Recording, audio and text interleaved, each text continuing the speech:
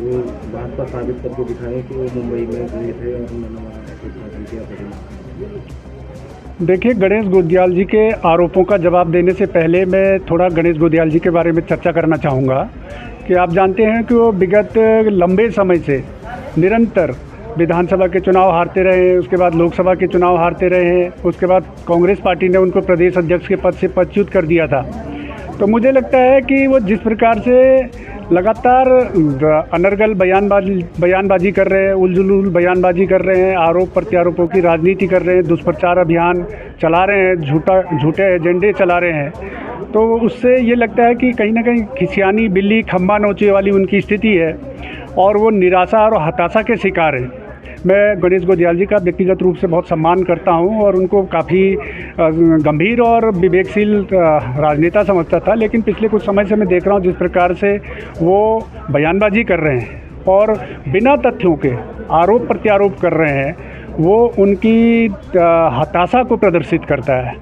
और मुझे लगता है कि उनके अंदर जो छटपटाहट है एक, और वो कांग्रेस नेतृत्व के समक्ष ये साबित करने की कोशिश में लगे हुए हैं, अपने अस्तित्व को बचाने के लिए वो इस प्रकार से कांग्रेस हाईकमान के सामने अपनी उपस्थिति दर्ज कराने के लिए इस प्रकार के कांग्रेस के जो प्रोपेगेंडा का जो उनका एजेंडा रहता है उसके तहत वो काम कर रहे हैं।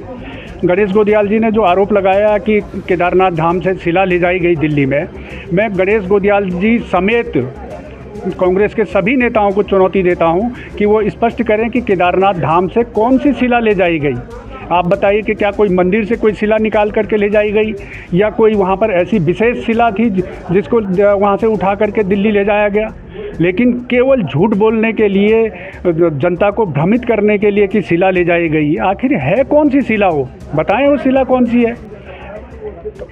लेकिन कांग्रेस का ये जो प्रोपेगेंडा रहता है, एजेंडा रहता है कि एक झूठ को अगर 100 बार बोलो तो लोग सच मानने लगते हैं, इस प्रकार से मान्यता है। तो वो कांग्रेस इसी एजेंडे पे काम करती है और ऐसे ही अभियान चलाती रही है। कांग्रेस का इतिहास है कि वो हमेशा से झूठ बोलती रही, दुष्प्रचार करती रही और लोगों को भ्रमित करती रही, और इस कारण से देश के सत्ता में वो काबिज रहे वर्षों से। लेकिन अब जनता उनके कांग्रेस के चरित्र को समझ चुकी है और उनके बहकावे में नहीं आ रही है। और आप जानते हैं कि कांग्रेस को तमाम जगहों पूरे देश में जनता ने नकार दिया है, लेकिन वो उनकी छटपटाहट है और वो फिर भी अपनी जो वो रणनीति है उनकी झूठ बोलने की, दुष्प्रचार करने की, उस अभियान को वो चलाए हुए हैं। केदारनाथ जैसे धाम की पवित्रता, जिसकी महत्ता है, उसको विवादित करने का वो दुष्प्रयास कर रहे हैं। आप जानते हैं कि आज केदारनाथ धाम में बड़ी संख्या में देश विदेश से श्रद्धालु तीर्थयात्री पहुँच रहे हैं।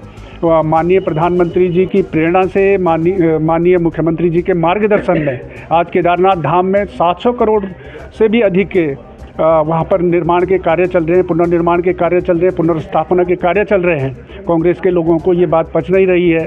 प्रधानमंत्री रहते हुए आदरणीय नरेंद्र मोदी जी अब तक 6 बार केदारनाथ धाम की यात्रा कर चुके हैं। उसके कारण से आप सब जानते ही हैं कि केदारनाथ धाम में कितनी बड़ी संख्या में, रिकॉर्ड संख्या में श्रद्धालु तीर्थयात्री आ रहे हैं। तो कांग्रेस के लोगों को ये बात पच नहीं रही है, इसलिए वो इस प्रकार के अनर्गल दुष्प्रचार चला रहे हैं। और दूसरी बात कि कांग्रेस के लोगों को कब से हिंदुओं के हितों की चिंता होने लग गई है। कांग्रेस का इतिहास रहा है, उन्होंने हमेशा से हिंदू विरोधी अपनी उनका चरित्र रहा है। उन्होंने हिंदुओं की जो धार्मिक मान्यताएं हैं, परंपराएं हैं, संस्कृति है, हिंदुओं के मान बिंदु हैं, जो उन पर हमेशा आघात किया है, प्रहार किया है, मुस्लिम तुष्टीकरण की वो राजनीति करते रहे हैं। लेकिन चुनाव के समय में उनको हिंदुत्व याद आ जाता है। जब परिस्थितियाँ देखते हैं, जैसी परिस्थिति उस अनुरूप वहाँ पर हिंदुत्व का राग अलापने लगते हैं। आप जानते ही हैं कि राहुल गांधी, उनके जो नेता है, वो खुद कई बार जनेऊ धारण करके नौटंकी दिखाते रहते हैं। कभी वो गोत्र बता करके नौटंकी करते रहते हैं। हम भी हिंदू हैं, लेकिन हमको कभी आवश्यकता नहीं पड़ी कि अपना जनेऊ दिखाएं लोगों को, कभी गोत्र बताने की आवश्यकता नहीं पड़ी। लेकिन क्योंकि जिस व्यक्ति को शक होता है अपने पर और समाज को जिस पर शक होता है, तो उसको अपनों को साबित करने के लिए इस प्रकार के नाटक करने पड़ते हैं। गणेश गोंदियाल जी ने भी कल जिस प्रकार से संगम पर जा कर के एक हास्यास्पद नौटंकी उन्होंने जो की है, उसको लेकर के आप जानते ही हैं लोग किस प्रकार से उसको मतलब एक मजाक के रूप में ले रहे हैं। इतने बड़े स्तर के राजनेता रहे हैं वो, तो उनको इस प्रकार की हरकतें करके और इस प्रकार के आरोप प्रत्यारोप उनको शोभा नहीं देते हैं।